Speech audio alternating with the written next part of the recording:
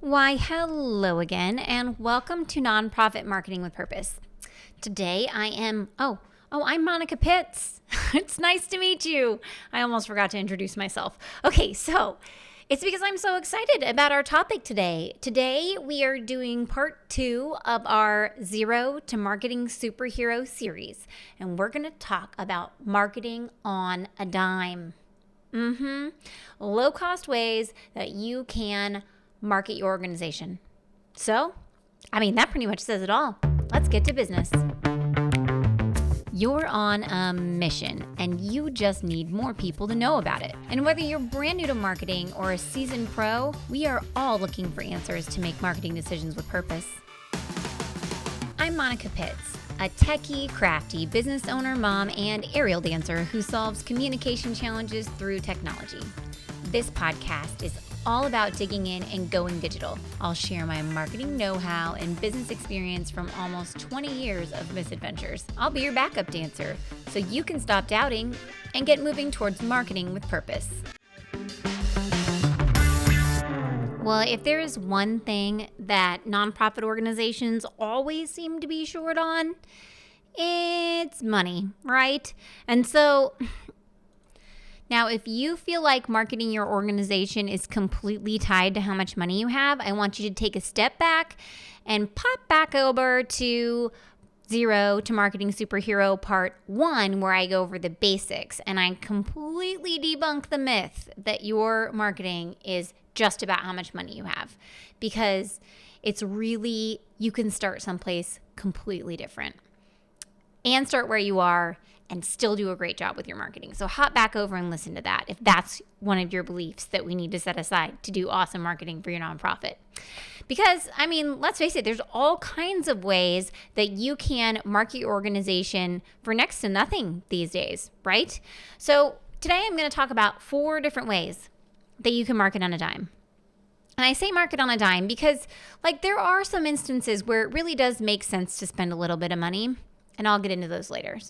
So let's start at the very top. Let's start with number 1. The first thing that I want you to do is I want you to fix your Google business listing. Yeah, I know. Doesn't that you're blown away by that, right? Okay, so here's the deal though. 17.5% of your website's local SEO, which is search engine optimization, which is how it displays in Google search results, is determined by the accuracy of your listings. Now, so a big chunk of that is actually determined by your Google business listing. And I have seen the most atrocious Google business listings. They make no sense. They have wrong names. They have awful pictures in them. And this is one of the first things that people are going to see when they look for your organization. Now, the magical thing about your Google My Business listing is that once you set it up, you don't have to change it until you move or something big about your organization changes and it needs to be corrected. So it's kind of a one and done thing, which is exciting because not a lot of things in marketing feel like that, right? Now, the reason that we need to focus on this is because, tell me, when was the last time that you picked up the phone book because you were going to call somebody because you needed something, right? My kids don't even know what a phone book is. I do keep them around because they make great paper mache and they're really nice for lighting fires. But when I need to have someone's phone number or I want to learn more about their organization, I Google them, right? So people are Googling for you. They're certainly looking for you or for your services. But when was the last time that you Googled yourself? Do you even know what shows up? We generally don't sit around and Google ourselves. I sit around and I Google my clients whenever I do their reviews because I want to know what happens. And there are some shifts that are happening out there. And it's important that we have it right. So back in the day, if any of you guys were marketing back in the day, we definitely paid money every month to put our information in the yellow pages. And we don't pay anything for our Google business listing, but we also don't have that salesperson that's just knocking on the door asking us every single year to review our information and pay them more money and renew our contract. So that's kind of the downfall. Oh, and if anyone is calling you right now and telling you that they're from Google, they are a big fat liar. They do not work from Google. They do not. Google, no, and they're not going to take your listing down. Those people are lying to you, and you need to just hang up on them. Be like, I know you're a liar, and hang up, because you don't need to talk to them, okay? You can fix this on your own. Now, I'm going to totally tell you a story, because I love telling stories, about one more reason why your Google My Business listing is so important. See, one of my goals last year was to put a fence in my yard.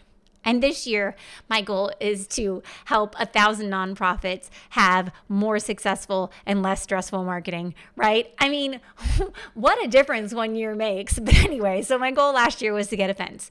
And just so you know, it wasn't a small fence. We have a decent sized yard. It was like a $10,000 fence.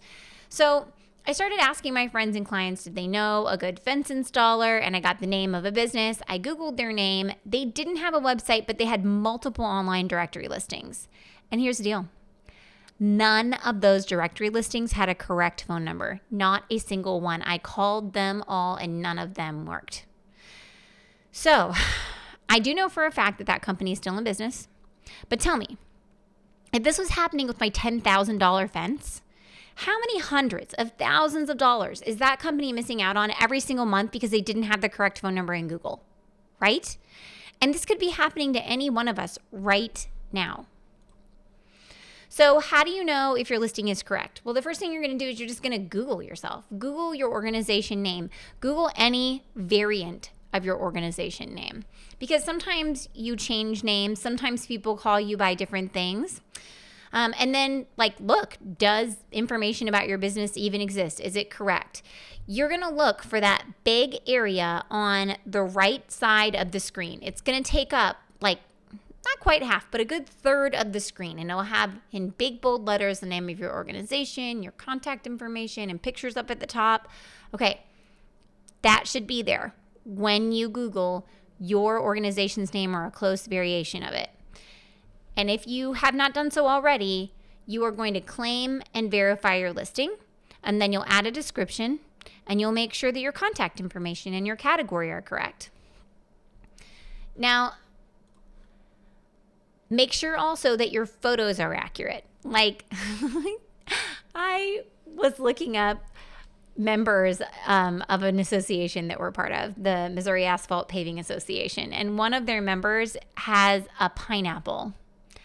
Like a sliced pineapple is their picture in Google. So you Google search their name and you get a picture of a pineapple. Do not let that be you, okay? We want to make sure that that's right. Now, if you're not sure if you own your organization or not, if you own the listing, underneath your contact information, it'll say suggest an edit or own this business. There you go. You can click own this business and you'll know. All right, so here's the deal though. I'm describing this to you like you can see it, like it's a picture, right? I do have slides for this particular conversation. So if you want to, you can hop over to makecreate.com and you can see pictures. Now they're pictures from an asphalt, for asphalt companies, but you'll get the idea because their Google My Business listing looks just the same as yours does in the end. All right, so the number one thing I need you to do that is completely free is you need to fix your Google business listing because it makes up a huge chunk of whether people can find you or not and get in contact with you using Google search. And they are all using Google search, right? Right. All right. So let's move on to number 2. You're going to update your website at least 4 times a month. Yeah. So we're just going to do regular website updates. Now, 4 times a month is good. It's actually a good attainable place to start for most people. If you can't do 4 times, then just do 2. If you can't do 2, then just do 1. But we need to continually update our website with information. Here's why. 30%. Website traffic increases up to 30% after you publish 21 to 54 blog posts. Now, publishing content to your website has a complete magnifier effect on your website traffic. You can't just post one thing a year and expect to have great results. You have to publish content to it regularly. And once you have a website set up, it's genuinely like just free to keep putting more stuff up there for people, right? And if you listen to the first installment of this Zero to Marketing Superhero series, you know that you are going to start your marketing where you are. I know that this statistic says that it exponentially increases with 21 to 54 blog posts, but you need to start with one blog post before you can get to 21. You have to do the work of building it up there. If you want to have people just find your website for what you do and the services that you offer, then you have to start somewhere, right? And that can be with publishing things as little as 1 time a month or as much as 4 times a month. 4 times a month is a great goal. I love 4 times a month. And I'm going to explain to you the things that you can put on your website in a second so you don't feel overwhelmed, okay? So I got really excited about blogging in episode number 48, Should Your Nonprofit Be Blogging? And I make a very strong case for it, if I do say so myself. But I do want to share briefly the case study that I offered on that episode. I compared website traffic for 2 clients. And these are 2 clients that have a very similar purpose in their organization. They both serve youth, okay? So client A has blogged for years. And a lot of years of blogging means that they have lots of content out on their website. So over the past 6 months, this client had 9,265 visits to their website. All right, so client B, they do not blog. Over the past 6 months, they had 6,163 visits to their website. Now, I dug in, right, and I tried to make sense of where that traffic was coming from because I couldn't just assume that it was coming from the blog. I mean, it could be coming from anywhere, right? What's nuts is almost all their other data on their website is super similar. Like the number of pages that people go to each time they visit the website, the amount of time that people spend on the website. They're very, very similar. So the behavior of the people on the website is very similar on both client A and client B's websites. So here's the difference though. About 25% of the 9,625 visits that client A has on their website come in through their blog. So 7.6 of that traffic comes in through people searching on Google. 15% of them come in directly from a link that they had, and 42% come into the website through the homepage. So 25% of the visits on their website came in from the blog. So that means that without the blog, 25% of that traffic over 6 months, more than 1,500 visitors would not have ever gotten to that website. And that's exciting, right? So this organization has been blogging for years, and because of that, they have far more visitors on their website that behave the same way that the visitors on client B's website that doesn't blog act. And I mean, it's great, right? So this is what we want to see in a case study for it, right? And that's why I'm suggesting to you that if you don't have a lot of money, that you can add content to your blog and you will start meeting more people through your blog on your website. So what are the things that you could talk about, right? So you could talk about frequently asked questions, things that you hear your target audience ask a lot. You could celebrate things. People love it when you celebrate, right? So you can celebrate the cool stuff that's happening. You can give them updates or news because people love updates and news. And why do I know this? I know this because I just reviewed a bunch of my clients' social media and I put them into groups, right? And that was like 2 episodes or 3 episodes ago.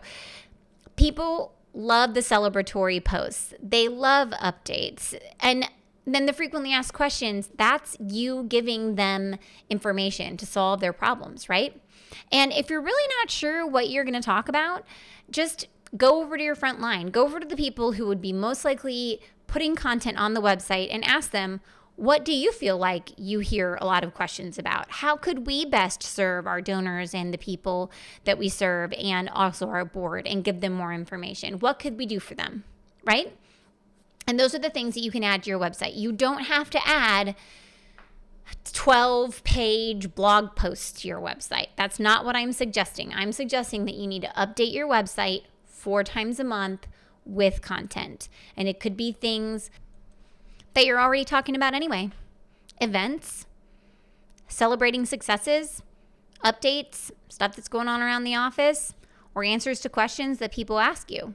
So, for example, I have a lot of clients who build their newsletters in PDFs. They have these really long newsletters and they're all in PDFs. And they email them to people. There's no reason why that PDF can't go up on your website. And there's no reason why that PDF can't be broken into the 4 sections that are in your newsletter and published to your website in 4 different pieces. There you go. You just updated your website 4 times and you didn't even have to do really any more work than you're already doing. Because you don't have to have different things on your website and on your newsletter. You don't. They can totally be the same. And here's another tip for you.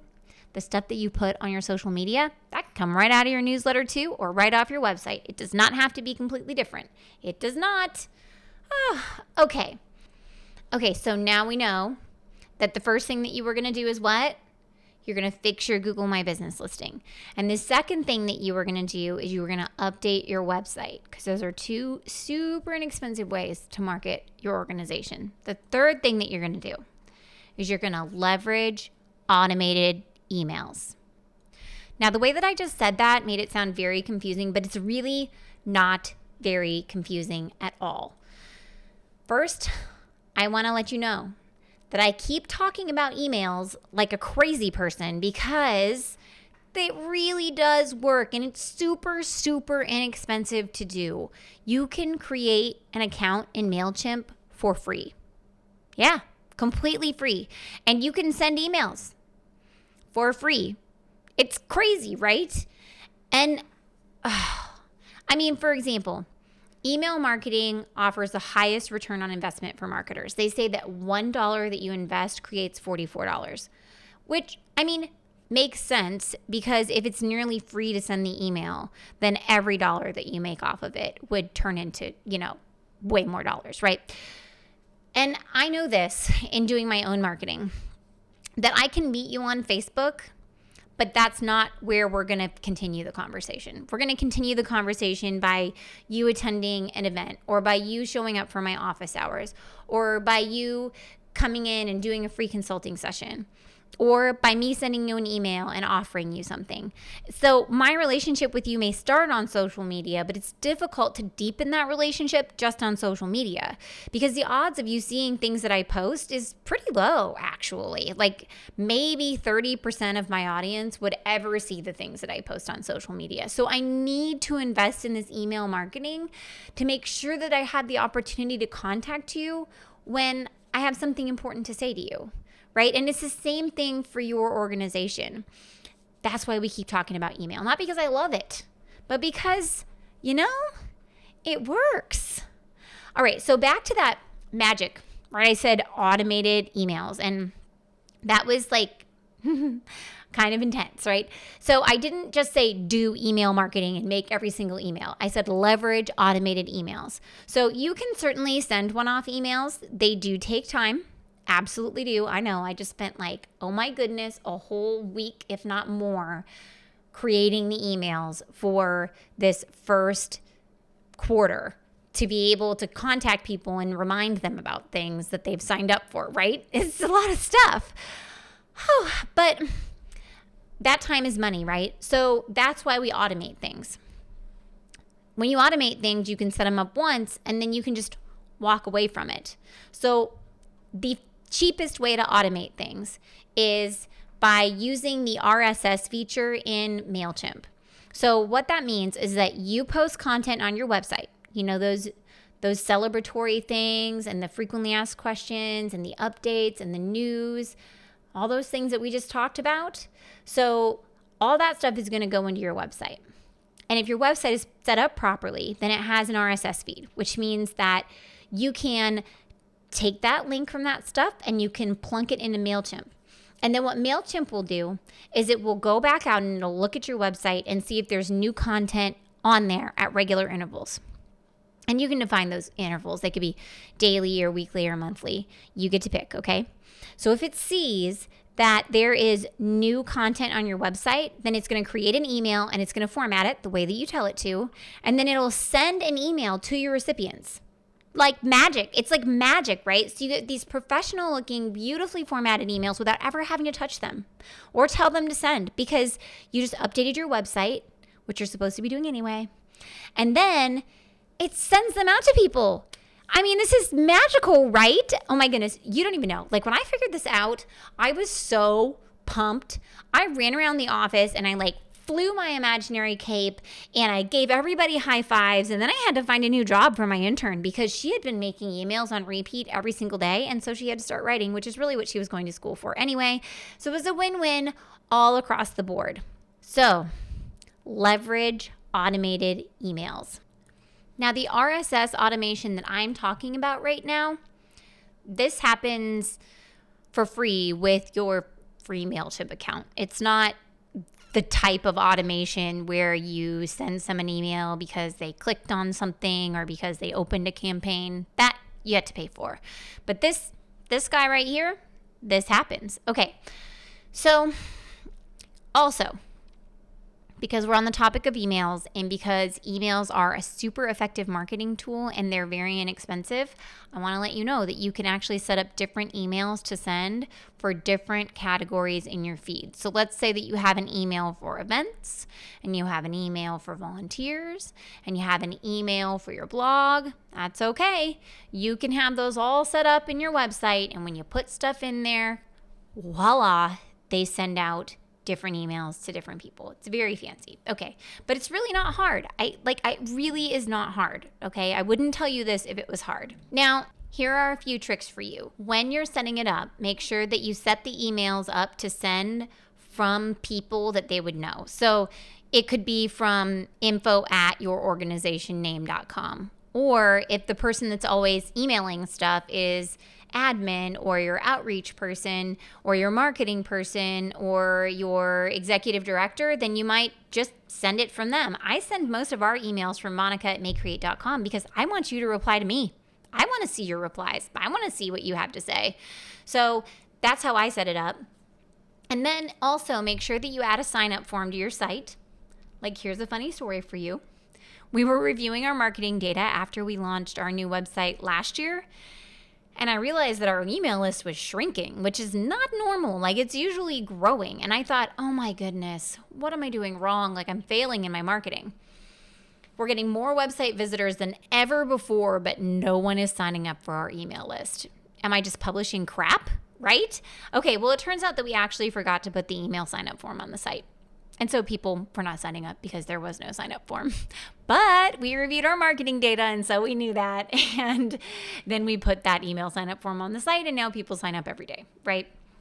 All right, so also, if you have a contact form on your website, whether it's for a job application or a volunteer application or even just contact you to learn more, make sure that you put a checkbox on it that is sign up for our email list. This is the fastest way to build your email list because people will check that box and they'll join the email list. It's the darndest thing. Yep. And then you can also integrate your email marketing software with your CRM. I mean, some of you use Salesforce. You like MailChimp and Salesforce. Those suckers hold hands for sure. I've done that a time or two. So that would allow one system to update the other whenever the two of them are combined. So if you updated an email address in Salesforce, then it would update it in MailChimp. And that makes it a lot easier to maintain your email list and always keep it up to date instead of having to manually reconcile your list, which is a giant pain. Okay, friends, there you go. That's your magic. That is number 3, leverage automated emails. And I don't mean make some really, really complicated, convoluted email campaign. I mean, for heaven's sakes, update your website and make MailChimp send the email for you automatically. Okay, and number 4, I'm sure you're just poised and ready for number 4. I'm kind of like doing an eye roll because I even had to put it on the list, but use social media. No, use social media. Yeah, I know, I just said it. Okay, so 88% of Americans aged 18 to 29 use social media. That is 68% of internet using adult Americans that are on Facebook alone. So there are just so many people that you can reach through social media. And you can't be a marketing superhero by putting all your eggs in one basket. And being a marketing superhero is really about doing a great job with your messaging and then recycling it across all the different places to reach more people, right? So we talked about how you would update your website and then how that would make the email for you. Well, the same stuff that you updated your website with, that's the stuff that you're going to put out on social media. You're going to make those posts. You're going to celebrate. You're going to update. You're going to show people that you solve problems. And you're just going to give them some personality as well. So that way they can get to know your organization. And if you want to know more about what to post about, hop back over a few episodes ago. I did a whole episode about it. Totally dorked out. It was great. So I know people always ask, like, which social media? Monica, shouldn't I be doing TikTok? Oh my goodness. Ugh. Shouldn't I be? Oh heavens. Okay, so let me just start with every single organization is different. So your decision should really be based on your assets, right? The things that you have right now that you can use to build, and your target audience. For most of my nonprofits, the ones that I work with, their best place to be is on Facebook. It's not that that's your best place to be. It's just we live in the Midwest, and this is where most of our donors are right now. Now, we recognize that once we get past, or I should say, once we get under, say, 30, there aren't nearly as many people on Facebook anymore because those people are hanging out over on Instagram. Now, that's why we know and we have a contingency plan to start building that audience over on Instagram. But also, I just told somebody the other day, Instagram and Facebook are tied together. So if one goes down, they both go down, right? That's why we need to make sure that we safeguard our email list. So that way, if they both go down, we can still contact people and talk to them because they will not lose their emails, right? Okay. So the nice thing about Facebook and LinkedIn, like if you do LinkedIn, that can be a great spot too, is that you can post as little as one time a week and get good results. You don't have to post over and over and over again.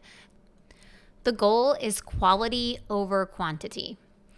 And I also have people that get really wrapped up in posting too much. They're like, well, Monica, but if we're going to post about our events and we're going to also post things that people like, isn't that posting too much? And the answer is no, it isn't posting too much, because if what you're posting is cool, then you're not posting too much. You can post, as much as you want within reason. Like only maybe 30% of your audience is going to see anything that you post. So if you post 3 times a day, you might post to everybody in your audience, or you might only catch 30%. So it's not about quantity, it's about quality. And if what you're publishing is quality, then you're good to go. But once again, Facebook and LinkedIn, you don't have to post nearly as often as you do in Pinterest or in Twitter. So I don't know. I don't manage a lot of Twitter or Pinterest accounts for that reason, because quite frankly, my clients just can't afford to pay us to create that much content for them, because it's a time-consuming beast. So look at your target audience. Where are they? Where do you need to go to make relationships with those people? If you want to know more about who's on what network, Pew Research Center does a great case study every year, and it'll tell you the population that uses each major network, their gender, their age, their ethnicity, their education level. And with that, you can probably make a good educated assumption, and you could just go look and see other organizations like your own. So go and see other organizations that are near you that serve the same audience as you serve, and see, where are they doing best? Are they doing best on Facebook or on Pinterest or on Instagram? Where is it? And then hey, they're doing a good job over here. And with that, you can make a decision of, well, clearly that's where my market is. Or you can be like, well, I know that my market's over here too. And so I'm going to focus on that instead of the other, right? Really, through all of your marketing, be it on your website or through social media, via your emails, you're going to tell the story of how you solve problems for people. And that is free. That story is free because people love stories. I mean, you're a nonprofit. You know that, right? That's what the cornerstone of your marketing is built on. Your donors, your volunteers, they want to live vicariously through you. They want to see the good that you do. You make them feel good through your stories. They don't want you to just advertise to them. That's why whenever you post about your events, nobody really cares that much. They don't really interact with it. But when you celebrate something, they love it. So one of the things that I feel like that we miss because we see it every day is the specialness of what we do. And even though you may see your work every single day, other people, they don't. So try to look at those experiences that you do on a day-to-day basis through the lens of someone who's never experienced them. One of our clients, Global First Responders, we have all kinds of fun photos that we post for them on social media and stories that we share that are just kind of glimpses and moments of what's going on in their travels as they go and they serve countries in need. It's fun. Like, they do great. And it's those little stories, right? Adam pushing a gigantic trolley through the airport, just like piled up with all kinds of supplies that they're going to need to go into this third world country and provide medical aid. It's those little things. It's not necessarily just when they're taking care of babies. It's all the moments that are before and after and in between, because those are the things that people don't see. Like that's what makes you awesome. It's not just that you're serving somebody, it's that you care about serving them to the point that you want to do a really good job of it. So think about all the things that you do every single day that cultivate peace of mind for the people that you serve. That's a huge part of all of our jobs, is making sure that problems don't happen. That's what makes you so good at what you do, right? You operate your organization by putting the people that you serve in the forefront and putting their needs before your own to make sure that they get what they need to run a successful life, right? So show them how you're doing that. Show your audience how you do that. It could be from the smallest thing to the biggest thing. It could be that you got another monitor, right? And now you can do your work more efficiently. And these are the little moments and the glimpses that you can give them, the stories that you can share to really humanize your organization and make sure that people know you for who you are. Now, I said marketing on a dime, right?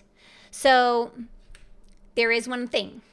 Another thing that you can do that I would like you to try out, maybe once or twice, that will take money though. If you don't have an active social media following, but I mean, even when you do have an active following, like I said, those events posts and stuff, they're not going to get out there like you want them to half the time. So you might consider boosting a post or running an ad on social media. I know. But here's the deal. You're going to put all this effort into making this content. We need to make sure that people see it, right? In the last podcast, I said, just because you build it, it doesn't mean that they'll come. You have to actually tell them that you're doing stuff. And if you need to boost a post that's really important to your followers of your Facebook page, that's okay. And it's not very expensive. For $10 or $20, you can get a couple thousand people that you haven't seen before, or even just show it to your own followers. So that way you can make sure that they see it. I mean, when you would normally just be serving your content to a couple hundred people, it is absolutely worth it. Because if more people interact with your content, whether they like it or comment it or give it a thumbs up, then you have the opportunity to go back into Facebook and ask them to like your page. There's actually a Chrome app that you can use that will automate all of those asks for you. It's pretty darn cool. So there you go. That's just another sideways trick to market on a dime. Use Chrome apps because they're awesome and they're free. I have so many of them, I can't even keep them all straight. I should do a podcast about them. Okay, so that, my friends, is my 4 ways to market your organization on a dime. You're going to fix your Google business listing. You're going to add stuff to your website. You're going to leverage email automation, and you're going to jump into social media and you're going to tell your story, and then you're going to boost every so often a post. And then my bonus was use Chrome apps because they're free and they're totally awesome and they will solve so many of your problems. I swear they will. Okay. And so now I shall close on this tangent by telling you that next week I have another Zero to Marketing Superhero episode coming out. And it is going to be all about saving time in your marketing, because I know you're short on time. And one of the things that we have to do to be marketing superheroes is figure out a way to get the work done. So, time-saving tips it is. I'll meet you back, same place, same time. Thank you so much for all of your attention today. I really, really appreciate you. Thank you for allowing me to serve you in this way. And until next time, go forth and market with purpose. So while you're in the planning mindset, I just want to let you know that first quarter 2021, I am focusing my energy on helping organizations just like yours develop marketing plans.